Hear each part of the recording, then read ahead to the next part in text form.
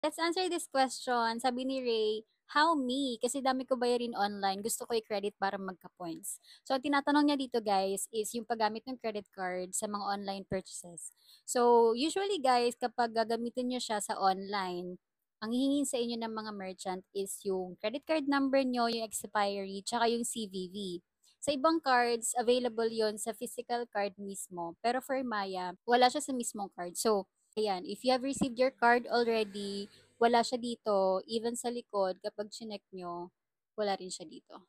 So, saan nyo siya makita? Sa mismong Maya account nyo. So, ang kailangan nyo gawin, mag-login kayo sa Maya app, and then under sa cards, dun sa mismong Maya Black card nyo, andun yung tatlong details na na-mention ko. Actually guys, nakalagay din yon sa welcome kit nyo kay Maya. Ayan, nakalagay, access your card number, expiry, and CVV on your Maya app.